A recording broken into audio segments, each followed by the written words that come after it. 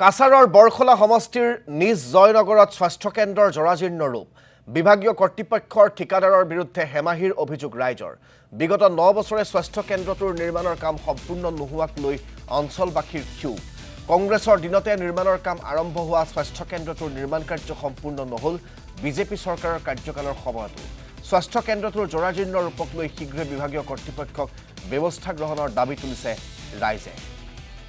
এই সন্দৰ্ভত আমাক সবিশেষ জনাব সমীন সেন ডেকাই কেনেদৰে চলি আছে ৰাজ্যৰ স্বাস্থ্য বিভাগ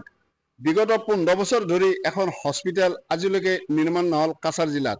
মই আছো বৰ্তমান বৰখলা সমষ্টিৰ নিজ জয়নগৰ স্বাস্থ্য কেন্দ্ৰত যিখন স্বাস্থ্য কেন্দ্ৰ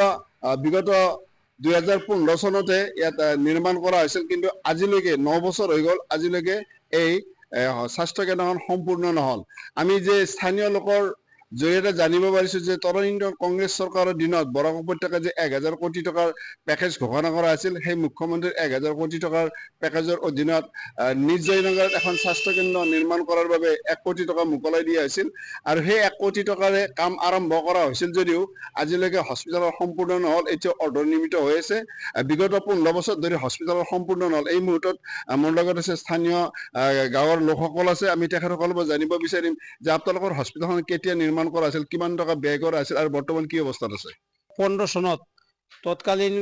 কংগ্ৰেছ চৰকাৰ তৰুণ গগৈৰ দিনত 1000 কোটি টকাৰ লগত 1 কোটি টকা অনুদান দিয়া হৈছিল তাৰ পিছত এই কামটো আৰম্ভ হল 2015 পৰা কাজ আৰম্ভ হৈ এতিয়া 2024 চলি আছে এই 2016 পিছত মানে 2016 আগত কিছু কাম হৈছিল তাৰ পিছত 2016 আকৌ বিজেপি গভৰ্ণমেণ্ট হোৱাৰ পিছত কাম আৰম্ভ হৈছিল বহুত মোটামুটি কাম ষ্টাৰ্ট হৈ 80% কাম ৱৰ্ক হৈছিল তাৰ পিছত এতিয়ালৈকে কাম বন্ধ হৈ আছে আসাম হাউচিং বোৰ্ডৰ আন্ডাৰত কামটো চলি আছে এতিয়ালৈকে কন্ট্ৰাক্টৰে কাম কৰি আছে না ডিপাৰ্টমেণ্টতো কমপ্লেইন দি আছো আৰটিএ মাৰিছো কোনো একশ্যন নাই কামটো হোৱা নাই তো ওইটোৰ কাৰণে আমাৰ অনুৰোধ আসামৰ মুখ্যমন্ত্ৰী ডক্টর হিমন্ত বিশ্ব শর্মার কাছে অনুরোধ আমার স্থানীয় বিধায়ক মিসবাউল ইসলাম লস্করকে আমরা বারবার জানিয়েছি অনুরোধ করেছি আজকে এই প্রতিদিন টাইমের মাধ্যমে স্থানীয় বিধায়ক মিসবাউল ইসলাম লস্কর আসামের মুখ্যমন্ত্রী হিমন্ত বিশ্ব শর্মার কাছে অনুরোধ এই হসপিটালটি অতি সত্বর সম্পূর্ণ করার জন্য শিলচর কালাইন রোড 29 কিলোমিটারের মধ্যে এই হসপিটালটা পড়ছে এই হসপিটালে জরুরিকালীন কোনো অ্যাক্সিডেন্ট হলে এখানে মোটামুটি একটা প্রিমিনারি ট্রিটমেন্ট দেওয়ার মতো ব্যবস্থা